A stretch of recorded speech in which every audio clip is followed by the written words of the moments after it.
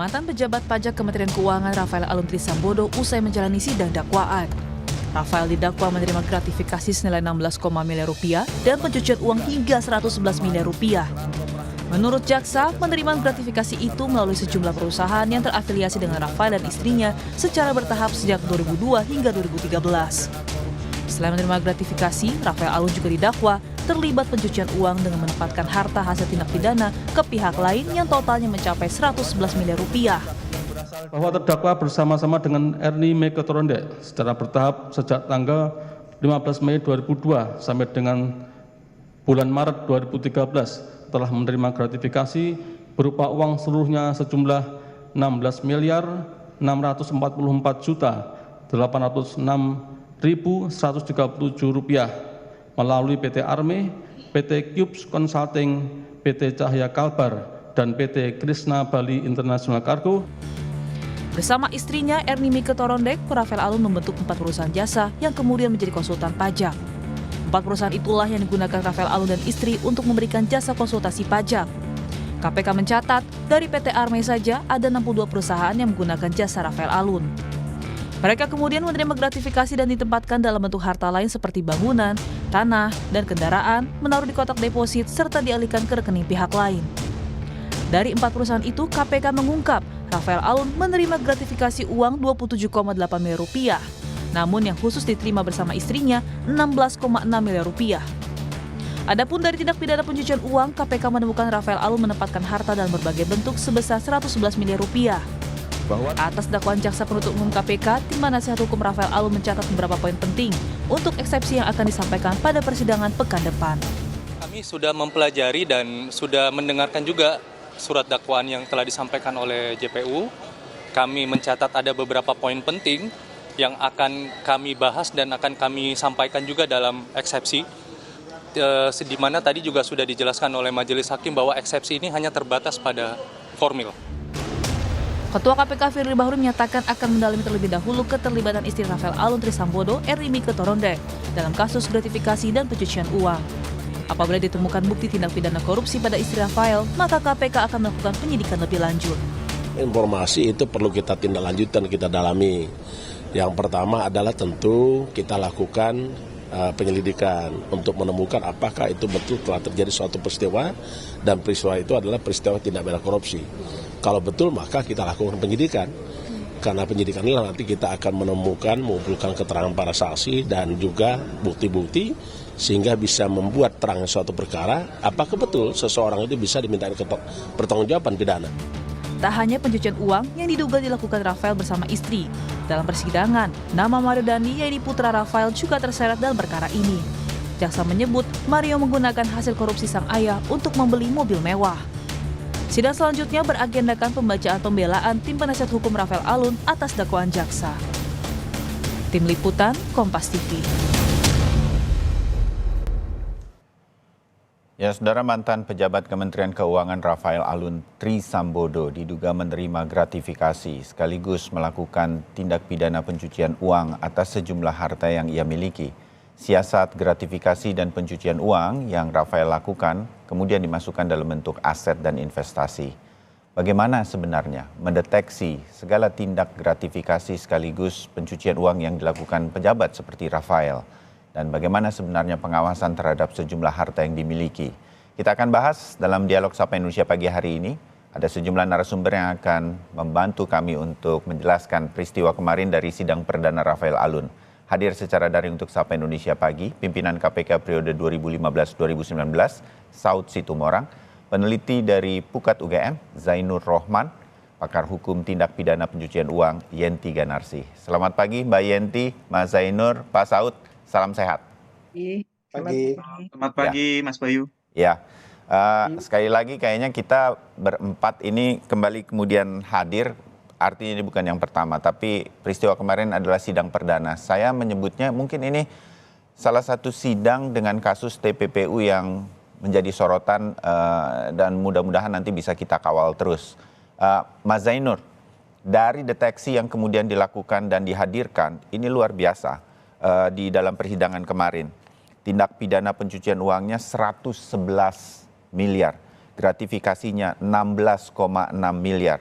dan ini ada korupsi selama 12 tahun. Semuanya sedemikian rupa, ada perusahaan-perusahaan konsultan dan lain-lain. Ini sebetulnya yang hanya bisa cepat terdeteksi untuk kemudian disidangkan, atau sebenarnya dalam sidang ini nanti bisa banyak hal yang kemudian terdeteksi lagi, terungkap lagi, Mas Zainur? Ya, Mas Bayu, ini tetap harus kita apresiasi sebagai awal yang baik. Kenapa? Karena nanti di dalam persidangan tentu bisa diurut begitu ya, perbuatan yang dilakukan oleh terdakwa, tentu perbuatan tersebut tidak mungkin dilakukan sendiri, Mas Bayu. Apalagi kan Ya, di dalam pelaksanaan tugas di Direktorat Jenderal Pajak itu selalu dalam bentuk tim. Apakah mungkin ketika dalam bentuk tim hanya satu orang yang menerima gratifikasi, kemudian pemberi gratifikasi itu terpenuhi keinginannya? Bahkan ini baru gratifikasi ya, tidak suap gitu ya.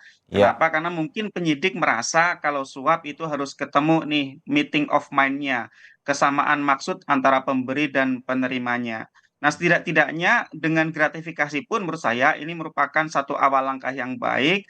Kenapa? Karena nanti kemudian bisa diurut siapa saja pemberinya, kemudian tim yang bekerja bersama dengan Rafael Alun itu siapa, kemudian dengan pendekatan TPPU, aliran uangnya dari hulu sampai hilir dapat ditelisik dan dapat dioptimalkan untuk pengembalian kepada keuangan negara. Nah, memang ini ada beberapa hal yang masih harus diperjelas nantinya begitu ya. ya. Yang pertama saya melihat dikatakan bahwa perbuatan pidana yang dilakukan oleh RAT ini dilakukan bersama-sama dengan istrinya, tetapi sampai sekarang istrinya juga belum dijadikan sebagai tersangka begitu ya.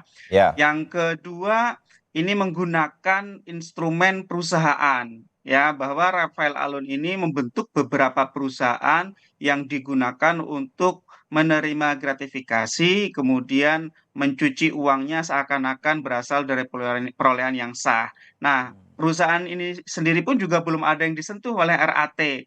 Harapannya nanti bisa disentuh, karena kan perusahaan itu tidak hanya seorang diri, ada jajaran direksi, ada jajaran komisaris. Juga sangat mungkin nantinya bisa digunakan pendekatan tindak pidana korupsi korporasi. Kenapa? Karena ini adalah modus perusahaan korporasi digunakan sebagai alat untuk melakukan tindak pidana. Nah, jadi menurut saya ini memang baru awal, tetapi kita apresiasi masih banyak yang harus dikembangkan ke depan, Mas Bayu. Setidak-tidaknya ini menjadi alarm juga untuk seluruh penyelenggara negara Ya. bahwa bisa dengan memadukan pendekatan pasal-pasal gratifikasi dengan pasal-pasal TPPU, nanti bisa menjangkau para penyelenggara negara yang memiliki kekayaan tidak wajar, tidak sesuai dengan profil, ada irregularity di dalam transaksi keuangannya, bisa dibongkar meskipun sekali lagi kita belum punya kriminalisasi terhadap illicit enrichment, Mas Bayu. Oke, ya.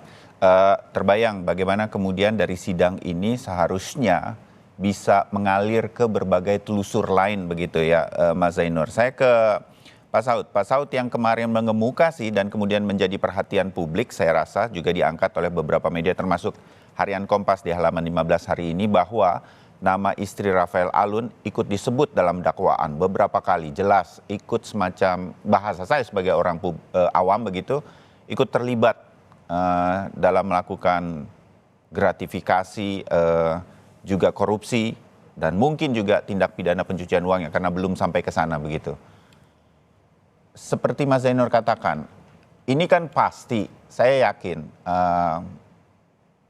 Pak Saud, KPK tahu alurnya, nama-namanya pun udah tersebut begitu. Tapi mengapa belum jadi tersangka, kemudian mengapa belum telusurannya ini apakah nanti ini juga akan sampai kepada tugas Ditjen Pajak lain, karena nggak mungkin sendiri, kata Mas Zainur, ke pihak keluarga yang lain, kemudian ke korporasi-korporasi yang dibentuk, di mana di situ ada beberapa orang juga di dalamnya. Ini kan sebetulnya udah tergambar, Pak Saud. Tapi mengapa belum?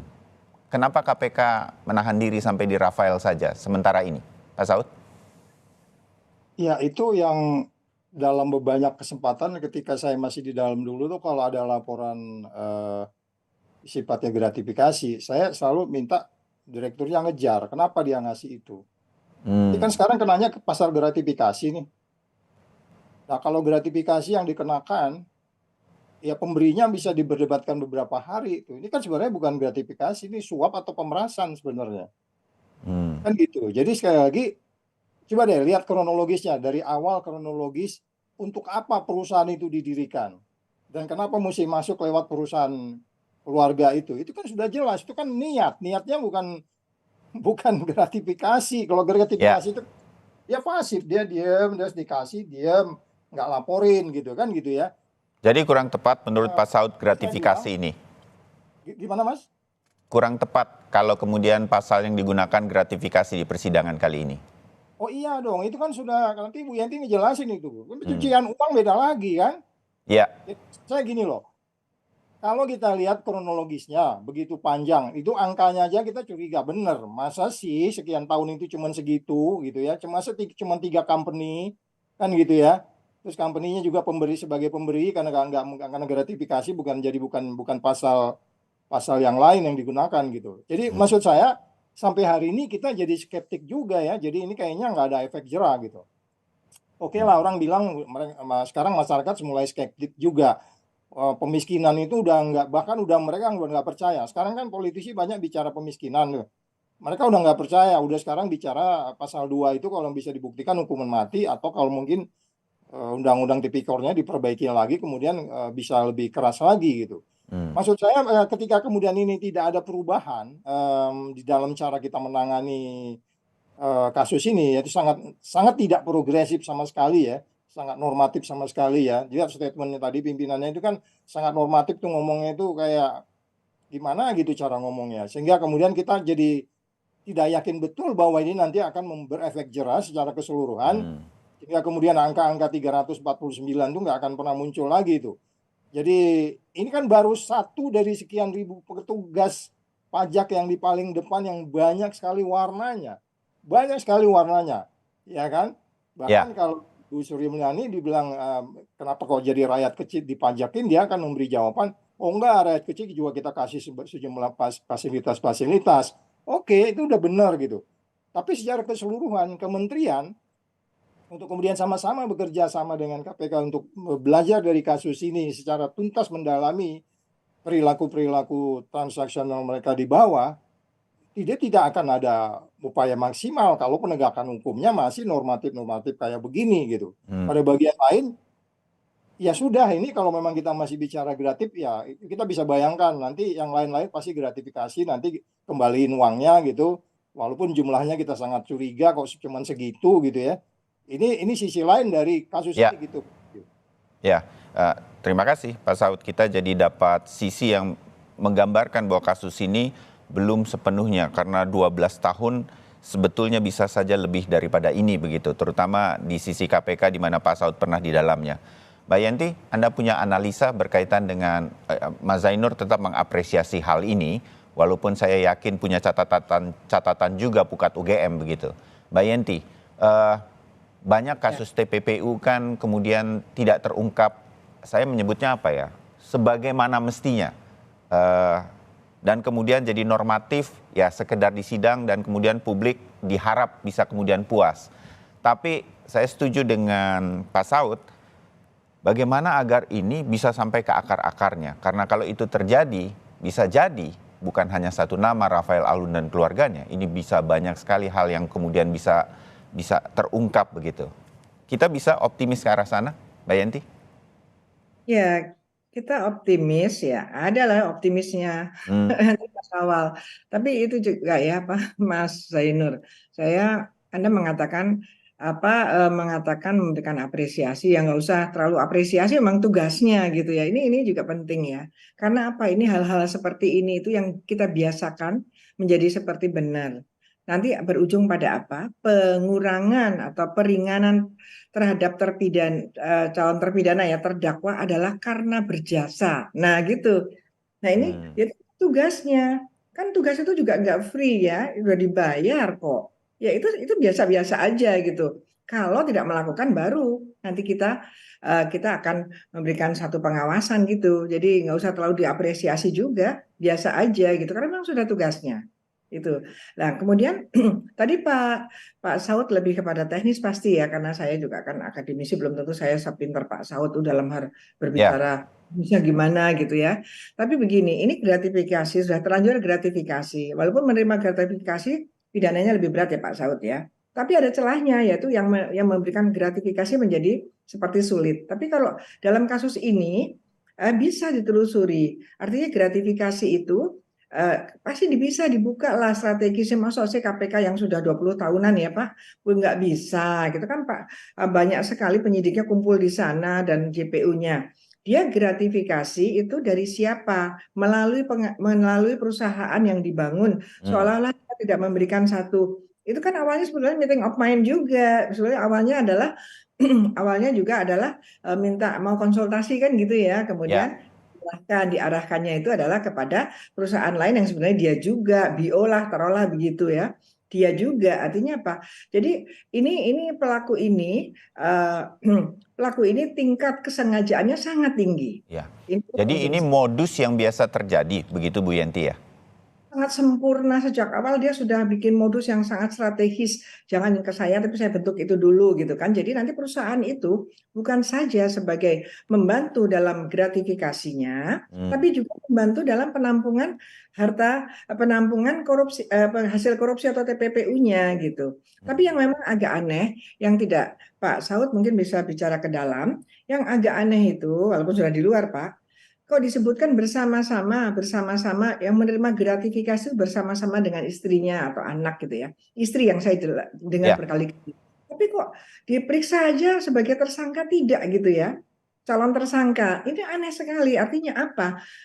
KPK yang kita harapkan sekali itu ya, strategisnya lemah sekali. Tidak ada cepat, tidak ada sederhana, tidak ada murah. Karena harusnya kalau sudah posisinya disebutkan dalam satu pelaku yang bersama-sama, itu seharusnya yang lain-lain itu ya sudah sama bareng gitu. Itu harusnya seperti itu. Maka kita mempunyai dalneming itu dalam artian pasal 55 sampai pasal 62 itu semua mengatur tentang bagaimana satu kejahatan yang dilakukan lebih dari satu orang dan masing-masing peranannya itu apa, dan untuk tindak pidana di luar KUHP apapun peranannya, pidananya sama dengan pelaku utama. Ini yang harus dikemukakan lagi kepada para penegak hukum yang mungkin saking sibuknya ya, asas-asas pemikiran-pemikiran, strategi pengungkapan itu mungkin terlupakan. Kita tidak bisa pragmatis, kita harus betul-betul mendalam. Kalau sudah disebut bersama-sama, lah yang bersangkutan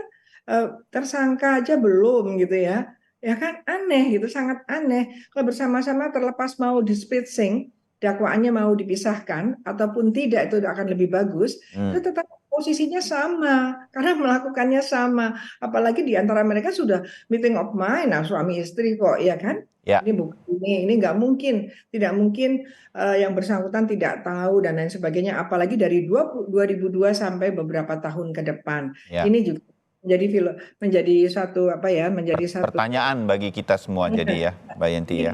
Yang dikhawatirkan oleh Pak Saud, yang Pak Saud kecewa kenapa tidak pakai suap. Kalau suap kan kelihatan langsung siapa yang menyuap gitu kan. Itu adalah kita berharap nanti Pak RA ini mau membuka. Nanti berharap hakimnya, JPU-nya itu betul-betul bisa mengorek ya, bisa mendalami, bisa bagaimana strategi di dalam pengadilannya sehingga nanti bisa menjadi petunjuk bagi penyidik untuk segera mengejar siapa-siapa saja. Terpaksa begini karena memang kelihatannya KPK begitu, mengeluarkan perkara itu tergantung di pengadilan. Itu saya kira sudah terlambat satu langkah.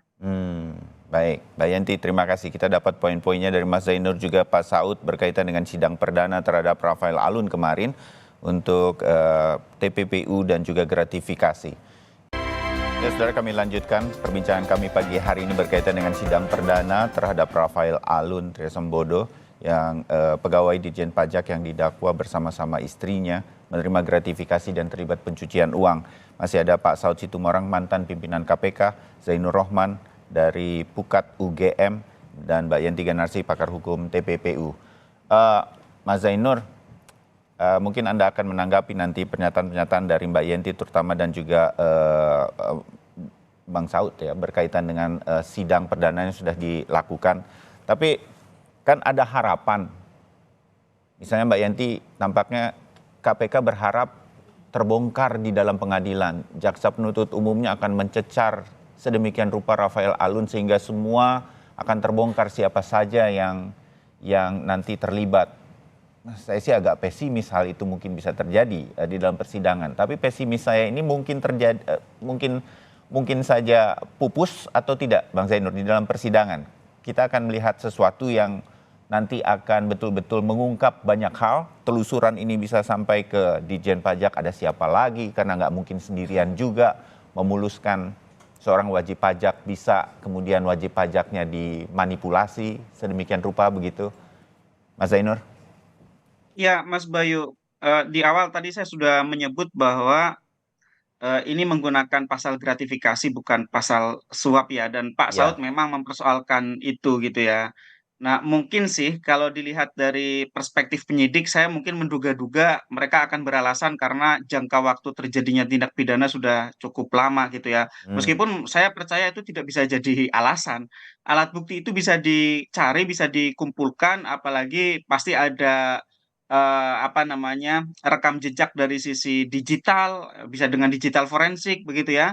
Juga ada saksi-saksi, ada alat bukti lain, transaksi keuangan dan lain-lain yang itu bisa menunjukkan telah terjadinya permufakatan, meeting of mind antara pemberi dan penerima sehingga seharusnya pemberi juga bisa dijerat dengan tentu pasal suap. Kalau pasal gratifikasi betul kata Pak Saud, pasal gratifikasi kelemahannya adalah pemberi itu tidak akan disentuh gitu ya.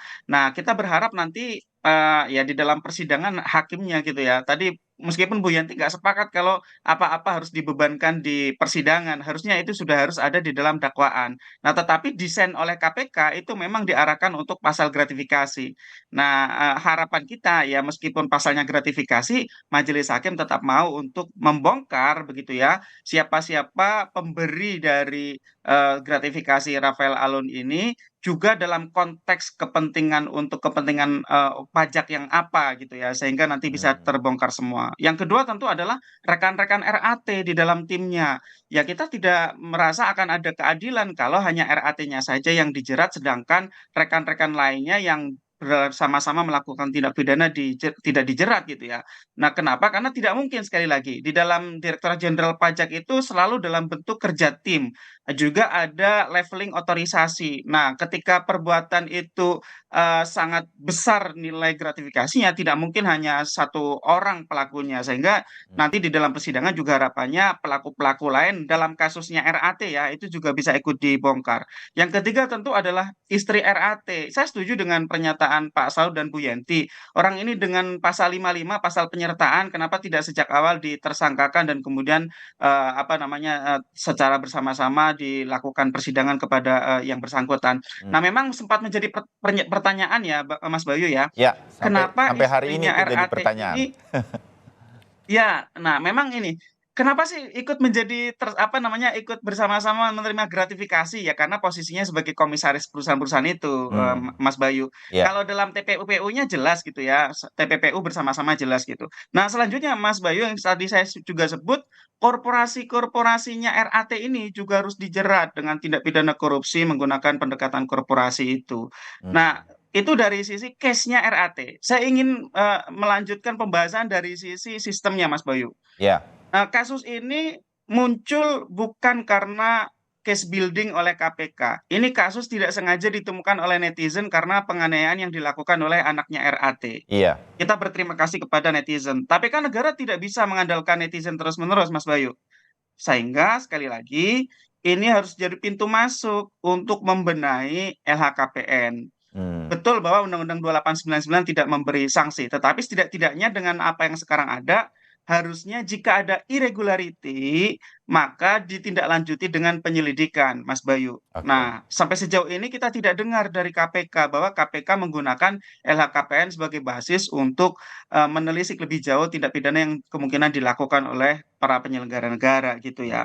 Oke, Nah, yang lain lagi Mas Bayu menurut saya, ini RAT menggunakan perusahaan-perusahaan yang ya, dibentuk dengan nama-nama keluarganya atau rekan koleganya untuk menerima gratifikasi dan menerima konsultasi perpajakan. Jelas, ini adalah tindak pidana korupsi yang berawal dari konflik kepentingan. Orang pajak membuat perusahaan konsultan yang juga menerima konsultasi dalam tanda kutip pajak meskipun di bawah tangan gitu ya. Nah, ini juga harus jadi perhatian oleh regulator. Perusahaan-perusahaan pajak yang sekarang eksis harus ditelisik apakah menjadi alat untuk melakukan tindak pidana, apakah menjadi alat untuk bernaungnya oknum-oknum Direktorat Jenderal Pajak untuk mencari uang sebanyak-banyaknya dengan bermain mata, Mas Ya, Bayu. Jadi menurut ya, saya ini kesempatan besar gitu ya. Tetapi ya saya setuju. Terima kasih Bu Yanti yang mengingatkan saya untuk tidak terlalu memuji KPK gitu ya. Ini karena ya. memang masih banyak sekali Mas Bayu yang harus dibenahi gitu ya, baik oleh KPK maupun oleh Direktorat Jenderal Pajak juga Kementerian Keuangan, Mas Bayu. Ya, saya tertarik di bagian-bagian yang kedua dan ketiga dulu yang saya mau lempar ke Mbak Yanti. Mbak Yanti, oke lah di dalam persidangan kita ada skeptisnya berkaitan dengan jalannya persidangan dan pasal-pasal yang sekarang sudah diterapkan. Tetapi bagaimana sidang ini terhadap Rafael Alun atau RAT ini kemudian bisa memperbaiki hal-hal lain, LHKPN dan juga perusahaan-perusahaan, saya nggak menyebut fiktif perusahaannya, tapi perusahaan-perusahaan yang dibuat memang dengan sengaja untuk set of mind, memanipulasi pajak, wajib pajak bisa membayar separuh, tidak membayar pajak dan lain-lain. Jangan-jangan itu sebenarnya praktek yang umum atau modus yang umum. Bagaimana kita bisa optimis ini diperbaiki sebagai sidang RAT ini menjadi momentum? Mbak Yanti, Anda banyak juga memberikan kuliah atau apapun namanya kepada para penegak hukum, kepada birokrat di negara kita. Ini bisa terjadi atau ini akan dimaklumi terus, Mbak Yanti? Ya, ini kata kuncinya adalah pembiaran gitu ya. Jangan dibiarkan yang seperti ini karena modus ya. Kita membuat undang-undang seperti apapun, kecepatan kita 80 km per jam, itu undang-undang yang kita pikirkan, kemudian program yang kita canangkan, tetapi tetap saja yang namanya penjahat itu pasti bisa 120 km per jam. Itu kita pahami. Karena apa? Mereka itu kan main ya yang dikerjakan itu berdasarkan mainnya dia, pemikiran-pemikirannya. Sementara kita pengaturan-pengaturan, kemudian penindakan itu kan kita mesti bertahap, programnya apa, ininya apa dan sebagainya. Nah, ini harus ada evaluasi tentang strategi-strategi. Misalnya sekarang ini yang saya tadi katakan bahwa apa namanya? Bahwa nggak usahlah terlalu memuji, bukan itu, karena gini, kita tidak boleh dibiasakan memberikan suatu apresiasi terhadap memang tugasnya, kecuali tugasnya itu menjadi lebih luar biasa tuh baru nanti kita berikan penghargaan. Karena itu berdampak pada pengurangan, kelihatannya menjadi pertimbangan untuk mengurangi karena berprestasi aneh gitu kan. Nah, kemudian ini beban ini juga mungkin perlu kita kembangkan, semoga ada para hakim yang mendengarkan. Seandainya apa yang dikhawatirkan Pak Saud tadi, gratifikasi itu bahasanya lebih lembut gitu ya Pak Saud ya. Menerima suap itu kan beda. Padahal di bawahnya dijelaskan bahwa gratifikasi sesungguhnya adalah juga suap. Itu juga sudah, itu harusnya disampaikan ini. Gratifikasi itu juga sama, itu juga suap, menerima suap itu juga tidak bagus gitu kan. Itu harus disampaikan. Nah, saya berharap kepada para hakim itu nanti memang ada dua kubu ya, dua kubu pemikiran. Bahwa hakim itu bisa loh harusnya menjatuhkan pidana di luar pasal yang didakwakan kalau memang perbuatan itu unsurnya terbukti. Mari Mas Zainur kita kembangkan itu. Itu ada dua kubu yang dua pemikiran seperti itu. Itu benar kan? Misalnya bukan kesalahan jaksa. Jadi jangan sampai kita terbelenggu lagi bahwa hakim tidak bisa menjatuhkan pidana yang di luar pasal yang didakwakan. Tidak, itu sebenarnya ada. Karena apa? Itu bisa. Karena sepanjang yang dibuktikan itu perbuatan itu terbukti dan itu ada di pasal lain yang bisa mengungkap bahwa siapa penyuapnya, itu bisa hakim menjatuhkan. Siapa bilang yang tidak bisa. Jadi ini hal-hal seperti ini ya, pemikiran ilmiah yang bisa membantu ini harusnya dikembangkan. Dan kemudian ini juga penting bagi saya adalah gampang kok sebetulnya ditelusuri perusahaan itu waktu didirikan itu pasti modus lah. Itu pasti modus untuk agar yang bersangkutan menerima korupsinya itu, hasil korupsinya itu tidak ketahuan, itu dia arahkan. Berarti yang diarahkan pada waktu mengarahkan itu kan bagian dari bagaimana metode mereka strategi, bukan strategi, mereka modus ya, jangan kalau untuk mereka modus, kalau untuk kita strategi ya, untuk bagus, untuk positif itu strategi. Modus-modus mereka, kiat-kiat buruk itu untuk dapat aman walaupun mereka melakukan menerima hasil korupsi tapi tidak ketahuan, yaitu dengan cara kamuflase buat perusahaan. Tapi yang penting adalah kita harus dalami. Dalam artian walaupun ini tidak ada kerugian negara disebutkan ya dalam pasal itu ya, Mas Ya, Zainur. ya. Tetap kita harus menghitung kerugian negara berapa atas kelakuan atau ulah dari pejabat-pejabat yang tidak amanah ini. Kenapa dia menerima gratifikasi dari siapa? Harusnya yang bersangkutan itu harusnya membayar pajak berapa, WP itu. Pasti itu berkaitan dengan itu, cari itu kan. Ya. Jadi negara dapat berapa, sehingga negara tidak dapat berapa karena ada markdown, dan markdown itu diterimakan kepada pejabat yang tidak amanah tadi, yang kemudian harus kita berikan sanksi pidana. Dan ini kemungkinan besar adalah banyak, maka tugas Mas Zainur kita harus mendorong bahwa dibuka semuanya, karena kasus ini terbukanya bukan karena case building, tapi karena ada netizen. Artinya apa? Kesimpulannya ada pengawasan yang tidak bagus selama ini karena mulai 2002, atau ada pembiaran. Bagaimana seorang pejabat yang waktu itu levelnya tidak terlalu tinggi ya bisa sedemikian leluasa? Adakah pejabat itu memang dilindungi oleh atasannya dan atasan juga menerima sesuatu? Itu juga harus gitu. Ya, nah saya mau sedikit kembali kalau begitu ke Mas Zainur. Mas Zainur, di persidangan hal ini harusnya bisa terungkap, perusahaannya kemudian jadi ketahuan, kalau perlu perusahaannya kalau memang bersalah ya kan ditutup, dan kemudian bisa sampai ini kepada Ditjen Pajak yang lain, karena nggak mungkin dikerjakan oleh RAT sendirian atau Rafael Alun sendirian. Mas Zainur, sejauh mana di dalam persidangan menurut Pukat ini nanti bisa terkelupas sampai sebegitunya menurut Anda? Kalau untuk kasus RAT sendiri sih saya cukup optimis, Mas Bayu. Kenapa? Karena sebenarnya di dalam dakwaan pun nama-nama perusahaannya disebut ya. Tetapi kan pendalamannya dalam konteks apa memberikan pemberian itu, yang memang dalam konteks sekarang pemberiannya adalah gratifikasi begitu ya. Ya. Kemudian nilai pajak yang kalau kata istilah Bu Yanti adalah yang di markdown itu berapa. Jadi harusnya misalnya membayar 10 miliar, cukup bayar 3 miliar, kemudian kasih 2 miliar kepada RAT, misalnya begitu ya, kan kemudian masing-masing untung, tetapi negara rugi begitu ya. Saya sih percaya itu bisa diungkap di depan persidangan, tetapi memang persidangan selalu punya batasan. Batasannya adalah untuk membuktikan perbuatan dari terdakwa. Itulah konteks persidangan. Persidangan itu biasanya tidak banyak berkembang untuk membuktikan hal-hal lain di luar yang didakwakan.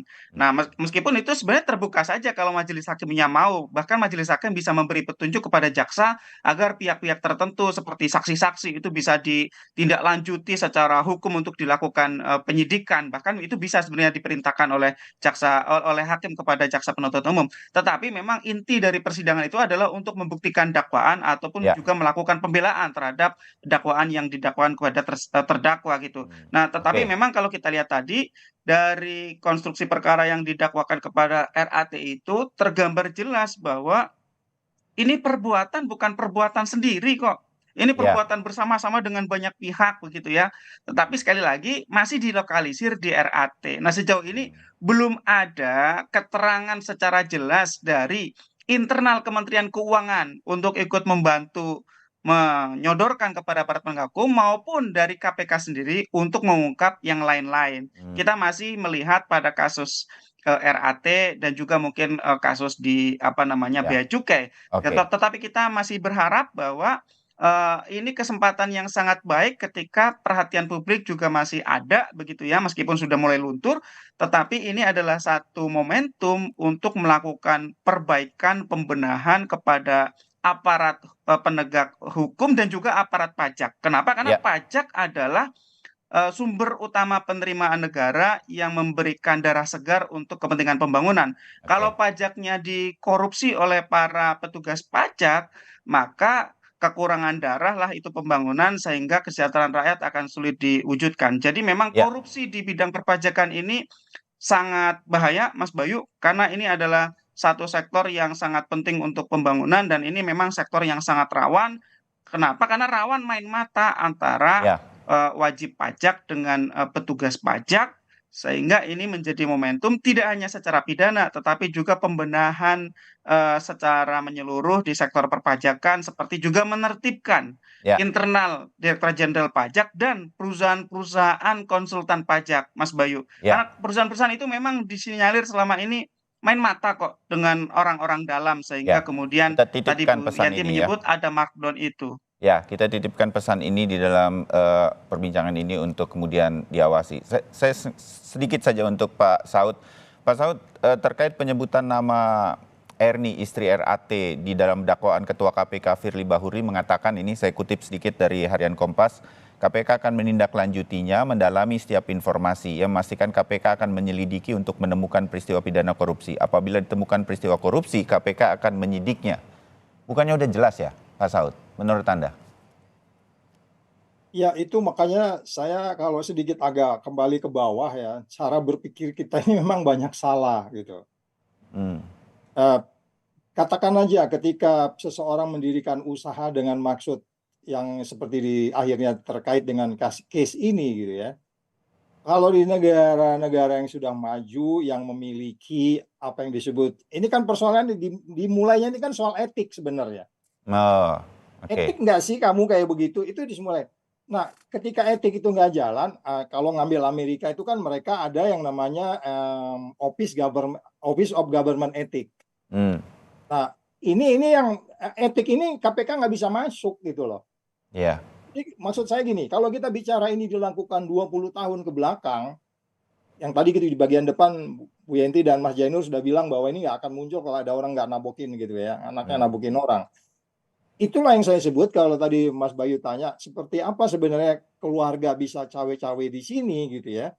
Ini sebenarnya kalau semacam government apa yang kita sebut sebagai government office ethics gitu ya, seperti yang di Office of Ethics Government, Ya. seperti yang di Amerika, dia akan lebih fleksibel. Karena kalau ngandalin pengawas internal, nggak akan bisa apa-apa, Mbak Bayu. Nggak akan Ya. bisa apa-apa. Pengawas Arti kan internal begini ya, Pak Saud, saya mau menyederhanakannya bagi pemirsa Sapa Indonesia Pagi ini. Kalau kita bikin perusahaan, direkturnya saya, komisarisnya istri saya, sebetulnya kan ada hal-hal yang kemudian conflict of interest-nya kemudian tidak diperbolehkan. Tapi ini terjadi, ada tidak hanya satu perusahaan. Jadi set of mind ya kata Bu Yenti, ini mungkin memang sudah didesain. Nah itu kan udah jelas. Kemudian membeli aset dengan nama keluarga dan lain-lain. Ini jadi pelajaran juga bagi kita semua, bagi siapapun yang sekarang melakukannya, untuk kemudian berhati-hati bahwa ini bisa terseret dalam kasus pidana. Saya pengen dapat itu, Pak Saud. Benar kan saya? Kira-kira begitu, seharusnya. Walaupun sekarang tampaknya KPK belum, kejelasan ini belum kemudian menjadikan misalnya istri RAT menjadi tersangka. Pak Saud? Nanti kalau mau bahas Bayu ada waktu masuk deh ke website-nya Kementerian Keuangan. Bagaimana mereka membahas etik di sana. Nah, ketika itu nggak jalan, kemudian KPK bertindak kan begitu. Tapi KPK tidak bisa masuk dalam soal etik. Oh, etik di masalah di kantornya sendiri aja nggak jalan, apalagi etik di luarnya, di luar KPK gitu ya.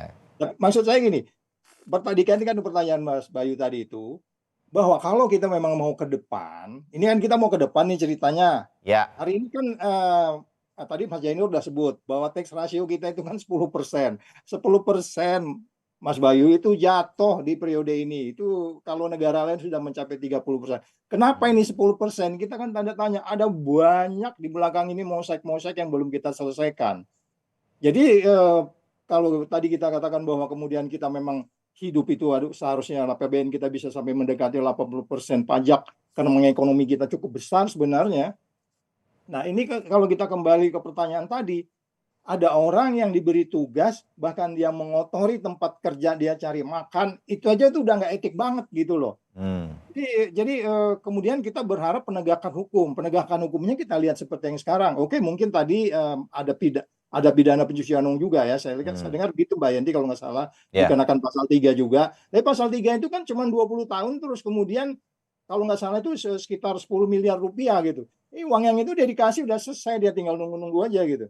Kalau kita mau bicara efek jerah ya, kalau kita mau beri ini kan kita pingin efek jerah nih sekarang ini. Orang sudah percaya namanya kemiskinan gitu. Orang udah malas sekarang itu udah sebel banget bila perlu hukuman mati segala macam, walaupun di pasal 2 ada, tapi itu kan syaratnya ruwet Walaupun udah kasus Kementerian Sosial aja itu udah memenuhi syarat sebenarnya pasal 2 tuh untuk hukuman mati, itu juga nggak jalan. Ya, Jadi sangat crowded, Mas Bayu. Cuman saya mau begini deh. Ke depan ini kalau memang kita nggak bisa karena ini awalnya selalu di etika yang nggak. Kalau cuma nggak ada waktu, lihat deh website Kementerian Keuangan tuh jelas tuh kode etiknya mereka. Itu nggak jalan semua. Maksud saya kalau memang kita mau ke depan, ya tentunya di pemerintahan baru ke depan ini, ya, coba etik yang nggak bisa di-touch ini, KPK nggak bisa masuk di situ, Mas. Kalau ada peristiwa pidananya baru KPK masuk. Pencegahan, aduh, kita udah ngomong-ngomong, Mas, tiap hari besoknya OTT gitu. Jadi maksud saya ini satu cara, satu yang kita lihat sekarang ini bahwa kita memang juga nggak progresif banget mengatasi sumber jantung hidupnya negara kita dalam hal ini pajak seperti Mas Jainur bilang tadi. baik. Mudah-mudahan ini semua menjadi pesan dari sidang yang kemarin perdana untuk Rafael Alun mengenai gratifikasi dan pencucian uang. Tidak akan selesai pagi hari ini. Kita masih akan terus mengawal kasus ini bersama Anda semua. Terima kasih Mas Zainur, Pak Saud, dan juga Mbak Yenti. Kita ketemu lagi di diskusi berikutnya. Selamat pagi, salam sehat. Selamat pagi. Ya.